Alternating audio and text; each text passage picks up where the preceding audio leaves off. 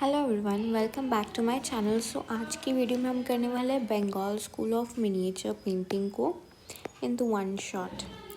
So without wasting any time, let's get started.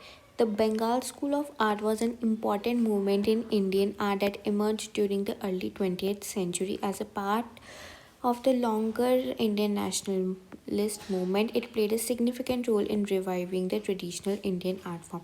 Bengal school कैसे revive हुआ? Bengal school सबसे पहले क्या था कि जो ब्रिटिशर्स का इन्फ्लुएंस आ गया था, जिसके कारण जो इंडियन आर्ट है वो डिग्रेड होना शुरू हो गया था। तो क्या हुआ था कि इस मूवमेंट के दौरान जो है वो इंडियन आर्ट, पूरे ही इंडियन आर्ट को रिवाइव करने की कोशिश की गई थी। ओरिजिन ऑफ डेवलपमेंट क्या था? द बंगाल स्कूल जो है 1905 में ओरिजिनेट हुआ था as a reaction of dominance of western academic art stylish promoted by British colonial rule. 1905 के अराउंड ही ओरिजिनेट हुआ था, क्योंकि इस टाइम के अराउंड क्या हुआ था कि वेस्टर्न एकेडमिक आर्ट जो है वो डोमिनेट कर गया था ओवर द इंडियन आर्ट, क्योंकि ब्रिटिश का रूल था। तो जो E.B. हेवल थे, प्रिंसिपल थे government school of art Calcutta में, उन्होंने इंडियन आर्टिस्ट को इनकरेज किया ताकि अपने ट्रेडिशनल को और अपने आर्ट हेरिटेज को वो एक्सप्लोर करे, जाने। The movement gained momentum under the leadership of Abanindranath Tagore, a prominent artist who blended traditional Indian style with the modern techniques. जो मूवमेंट है उसको मोमेंटम कब मिली थी, किसके अंदर मिली थी? अबनिंद्रनाथ टैगोर के अंदर मिली थी, जो कि बहुत एक अच्छे आर्टिस्ट थे, जिन्होंने ट्रेडिशनल इंडियन स्टाइल्स को मॉडर्न टेक्निक्स को यूज़ करके ट्रेडिशनल स्टाइल्स, इंडियन स्टाइल्स को दोबारा रिवाइव किया था। अबनिंद्रनाथ टैगोर की एक फेमस पेंटिंग थी भारत माता, जो कि सिंबल बनी थी कल्चरल नेशनलिज्म का, और जिसने सिग्निफिकेंट मूवमेंट दी थी किसको? बंगाल स्कूल को। डेवलपमेंट कैसी हुई? जो Bengal school artist rejected the European emphasis on realism and instead revived traditional Indian styles such as Mughal, Rajput, Ajanta painting techniques. अब क्या हुआ था? बंगाल टेक्निक्स के जो आर्टिस्ट थे उन्होंने यूरोपियन एम्फेसिस को, रियलिज्म को क्या कर दिया था कि हम यूरोपियन टेक्निक्स यूज़ नहीं करेंगे, और उन्होंने क्या किया था, वापस से अपने पुराने इंडियन आर्ट को, जैसे मुग़ल स्कूल का आर्ट हो गया और आर्ट हो गया आपका पहाड़ी आर्ट हो गया, राजस्थानी आर्ट हो गया, इसको दोबारा रिवाइव करने की कोशिश की। उन्होंने delicate line, subtle colour, spiritual themes reflecting Indian culture and heritage, उन्होंने डेलिकेट लाइंस बनानी शुरू की, सटल्स कलर यूज़ करने शुरू किए, स्पिरिचुअल थीम्स यूज़ किए, ताकि इंडियन कल्चर एंड हेरिटेज को वो क्या कर सके, दोबारा से रिवाइव कर सके। कि थीम्स जो थे वो mythological stories, historical narratives and Indian folklore. Artist employed the wash techniques, इस टाइम में वॉश टेक्निक का बहुत ज़्यादा यूज़ हुआ था, जिसने soft flowing forms with muted colour tones the painting and ethereal quality दी थी। ये भी सेम ही वही लिखा हुआ है, बस थोड़ा सा मोर एक्सप्लेन्ड है। हमारे पास अब 4 पेंटिंग है हमारे सिलेबस में। तो सबसे पहली है जर्नीज़ एंड। जर्नीज़ एंड किसने बनाई थी? Journey's end was made by Abanindranath Tagore. Journey end Abanindranath Tagore ने बनाई थी, और इसका टाइम पीरियड क्या था?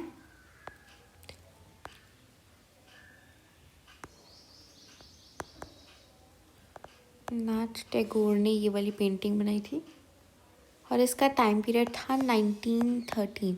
ये वाली पेंटिंग 1913 में बनी हुई थी, ठीक है। और इसका भी जो मीडियम था वो भी था वाटर कलर,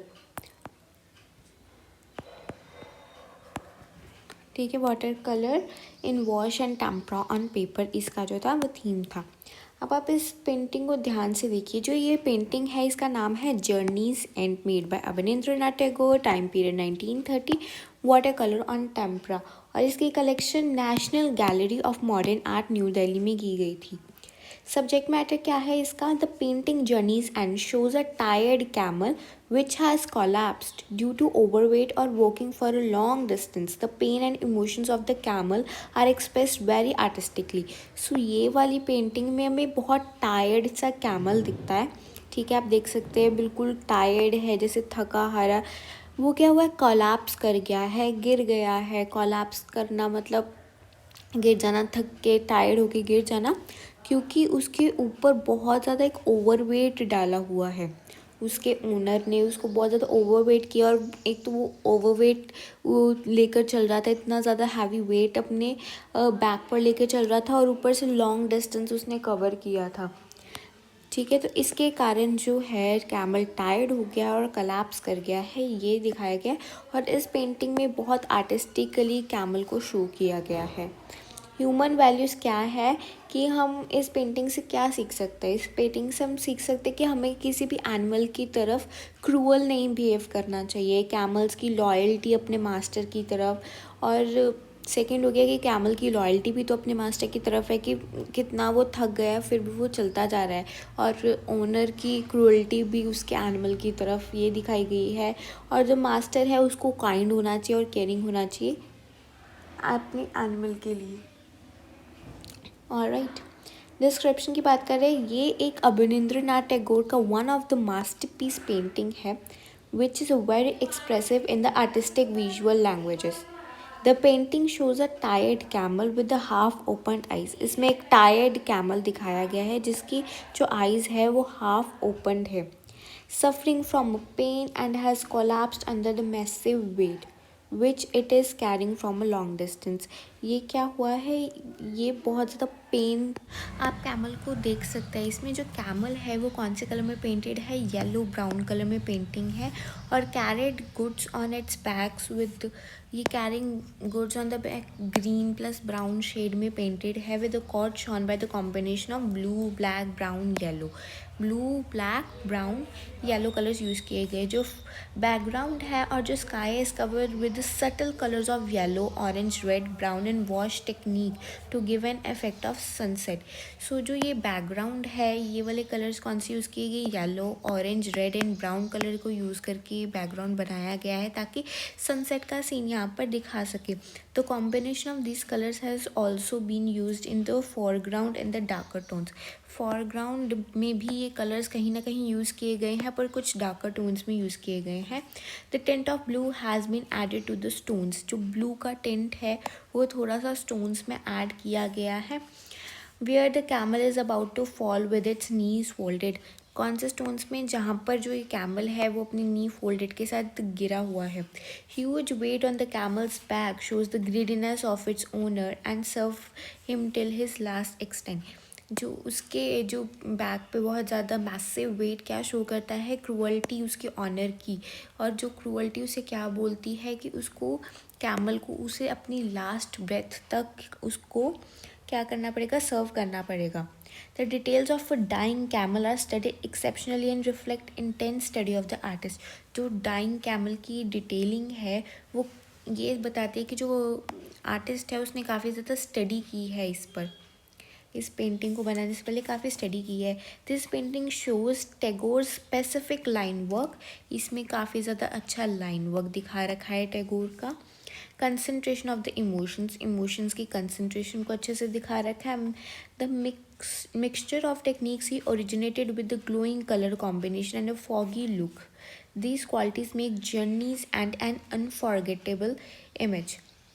थोड़ा फॉगी लुक दिखा रखा है और बहुत अच्छे से लाइन वर्क कर रखा है, और यही सारी क्वालिटीज़ जो है इसको एक मास्टरपीस पेंटिंग बनाती है। इसमें वॉश टेक्निक का यूज़ किया है। वॉश टेक्निक क्या होती है, जब हम पहले कैनवस को थोड़ा सा गीला करते हैं एंड देन हम उसके ऊपर पेंट करते हैं, तो उसको वॉश टेक्निक बोला जाता है। सो नेक्स्ट पेंटिंग हमारी कौन सी है, सो नेक्स्ट पेंटिंग है हमारी शिवा एंड सती की। और ये वाली जो पेंटिंग बनाई है, ये वाली painting is made bye, 2 minute, ये वाली जो पेंटिंग बनाई गई है, this painting is made bye Nandlal Bose.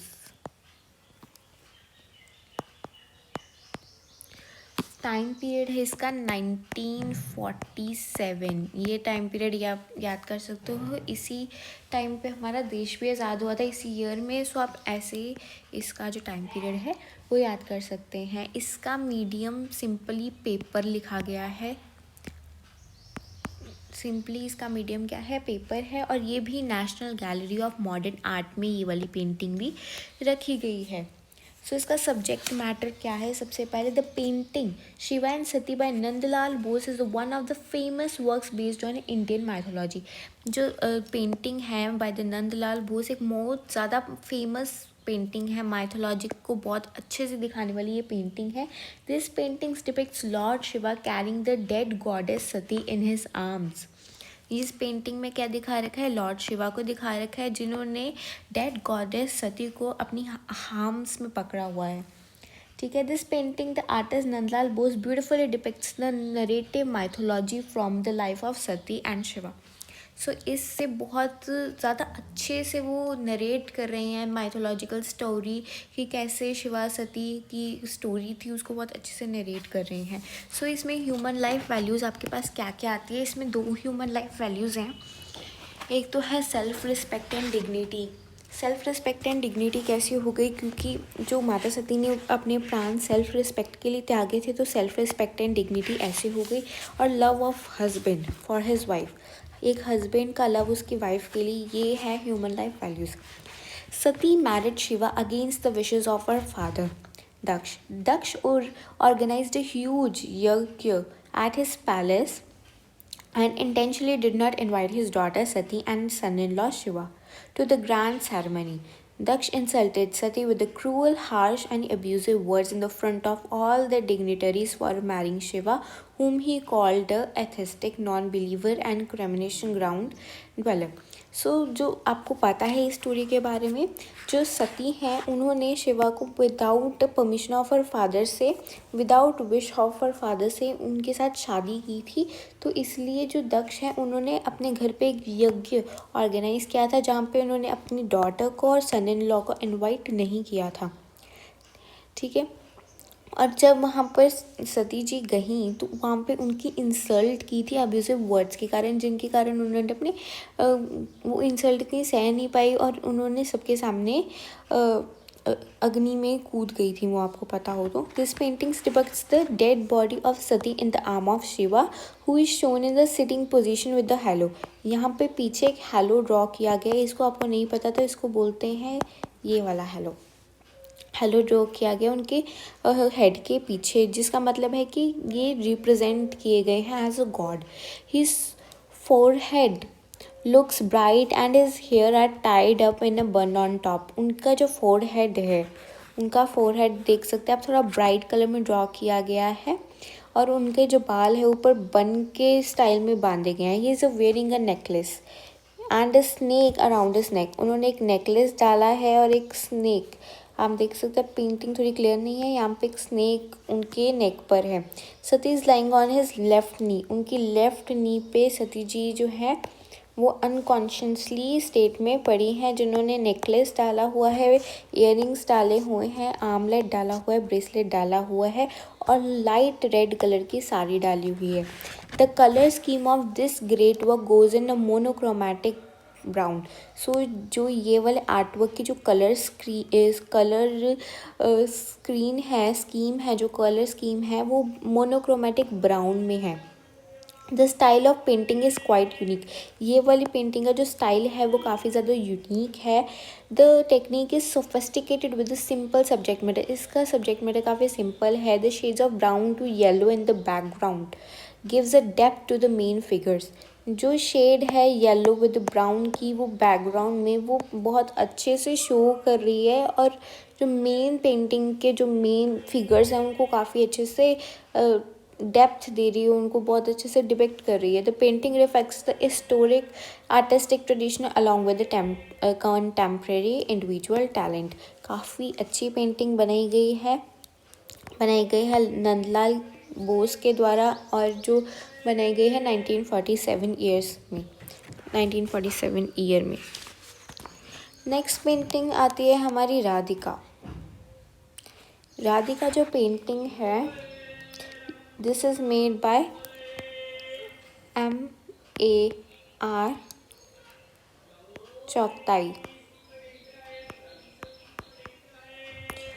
MAR चौकताई के द्वारा जो पेंटिंग है ये बनाई गई है और इसका टाइम लिमिट है 1920 से 19, ठीक है।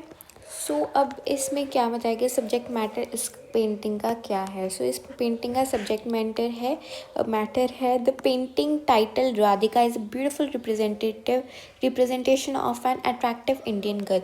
ये जो पेंटिंग है जिसका नाम है राधिका, इसमें बहुत सुंदर एक इंडियन गर्ल की अट्रैक्टिव नेचर दिखा रखी है। The girl standing portrays delicacy. जो स्टैंडिंग गर्ल है डेलिकेसी शो करती है। इसमें ह्यूमन लाइफ वैल्यूज़ क्या है, beauty, delicacy, grace are the human values in this paintings. Description, this painting in profile portrays Radhika is a delicate women.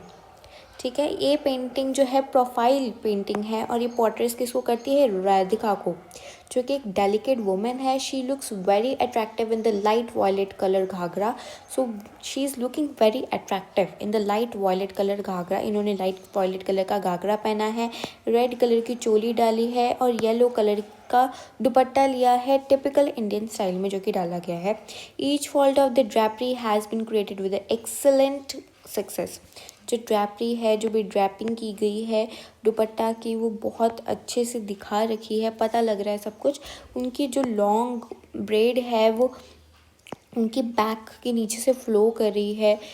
ठीक है, her downcast eye is a half closed. उनकी जो नीचे डाउनकास्ट है, मतलब नीचे को देखती हुई आई है, वो हाफ क्लोज्ड है, जो कि ब्यूटीफुल आर्च्ड आईब्रोज के साथ बना रखी हैं। हर हेड इज़ टर्न डाउनवर्ड्स। उनका जो हेड है वो डाउनवर्ड्स की तरफ टर्न किया गया है। She is wearing a well finished Perl necklace.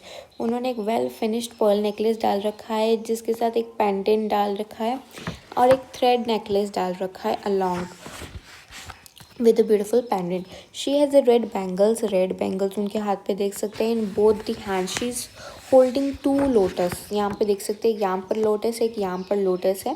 sitting central to the painting is a honey bee। यहाँ पे आप देख सकते हैं सेंट्रल में, बिल्कुल सेंटर में एक हनी बी बैठी हुई दिखा रखी है। ठीक है, on the lotus in the right hand sitting central to the painting is a honey bee. Her left foot is in forward direction. उनका जो लेफ्ट फुट है वो फॉरवर्ड डायरेक्शन में है। The lamp is placed in the corner is yet another example of Mughal influence on the artist work. ये जो side पे lamp पड़ी है, इससे हमें पता चलता है मुगल इन्फ्लुएंस उस टाइम पर आर्ट वर्क पर। ठीक है, the light of the lamp from the yellow red wick is illuminating the lady and adding a works. जो लैम्प है जो कॉर्नर पे प्लेस की गई है, उसके यहाँ से क्या निकल रहा है, उसका वो निकल रहा है, रेड विक निकल रही है, इल्यूमिनेटिंग द लेडी, और एक टच ऑफ डिविनिटी ऐड करी। The burning flame and smokes from the lamp are going upward. जो बर्निंग फ्लेम्स है वो ऊपर की तरफ जा रही हैं और ये जो इसकी लाइट है वो एक लेडी की तरफ ऐसे पूरी फैल रही है। ठीक है, अ स्मॉल अम्ब्रेला शेप्ड झूमर is also painted by the artist on the lamp. यहाँ पे देख सकते हैं अम्ब्रेला शेप झूमर भी पेंट किया गया है और chain of the lamp is hanging to the floor. जो चेन है वो फ्लोर की तरफ हैंग करी है। The tonal variation in the background colours and the perfect blending. Tonal variation, background colours में आप परफेक्ट ब्लेंडिंग देख सकते हैं ब्लैक, येलो, रेड की, और जो कि ये जो बैकग्राउंड है उसमें जो हाईलाइट की जा रही है पिक्चर राधिका की, वो बहुत अच्छी दिख रही है। The whole figure reveals the delicate and intricate craftsmanship of the artist. ये वाली पेंटिंग देखिए, डेलिकेसी पता चलती है कि आर्टिस्ट कितने अच्छे से, उसने कितनी डेलिकेसी से ये सब कुछ ड्रॉ किया है। The artist has succeeded in creating an impression of Radhika being delicate and graceful. ये पेंटिंग बहुत अच्छे से, आर्टिस्ट बहुत सक्सेसफुल हुआ है ये दिखाने में, राधिका की डेलिकेसी को दिखाने में बहुत ज़्यादा अच्छे से सक्सेसफुल हो गया है। ये भी पेंटिंग हो गई। अब हमारी जो नेक्स्ट पेंटिंग है that is Meghdoot. Okay, this is our painting Meghdoot. और जो लास्ट पेंटिंग है किसकी, Bengal school of miniature painting की। ये बनाई गई है राम गोपाल विजय वर्गिया के द्वारा सही।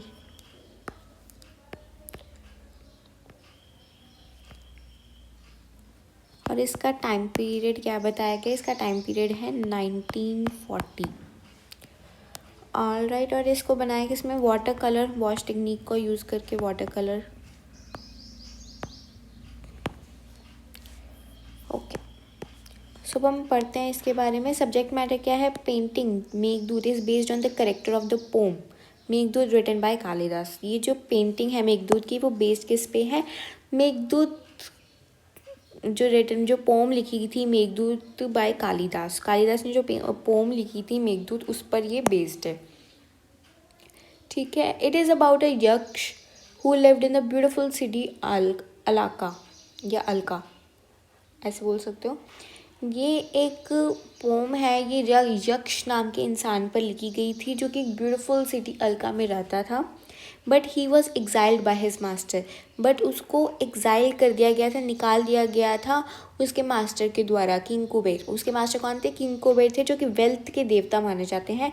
यक्ष अपनी वाइफ को बहुत ज़्यादा इस पेंटिंग में मिस करता हुआ दिखा रहा है, और जब भी वो अपने आसपास में से बादल जो होते हैं, क्लाउड होते हैं, उनको निकलते हुए देख रहा है, वो उनको बोल रहा है कि हम मेरा एक मैसेंजर बन जाओ आप, और मेरा जो मैसेज है वो मेरी एक वाइफ तक ले जाओ।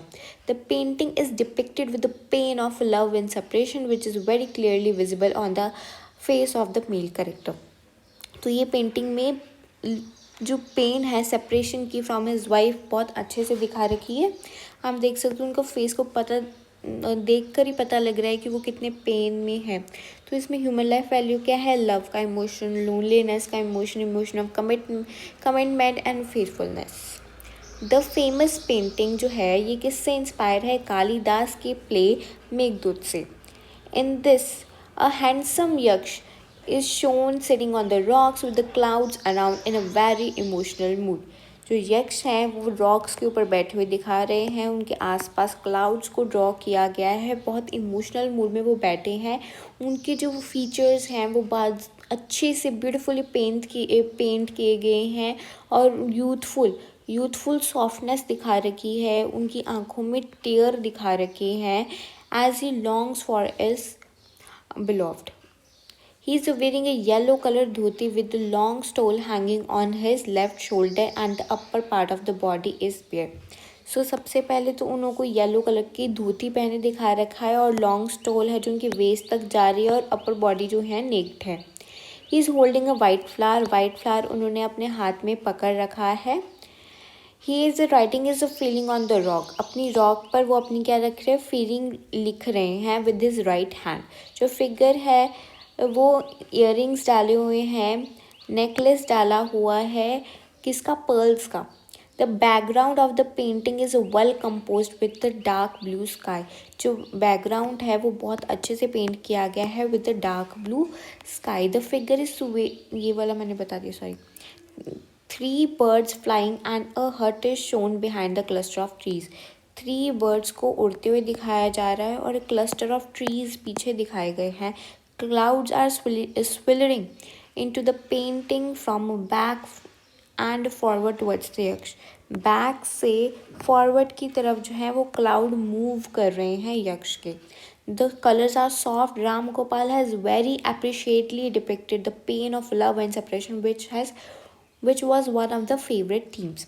सो राम गोपाल ने इसमें बहुत अच्छे से दिखा रखा है पेन की, लव की और सेपरेशन की जो पेन है उसको बहुत अच्छे से दिखा रखा है, और ये one of his favourite themes में से ये पेंटिंग आती है। सो हमने चारों पेंटिंग कर ली है। जो पहली पेंटिंग थी वो जर्नीज एंड थी, वो एक टायर्ड कैमल पर बनाई गई है जो कि मैसिव वेट के कारण कोलैप्स हो गया है। This is made bye Abanindranath Tagore, और टाइम पीरियड है इसका 1913।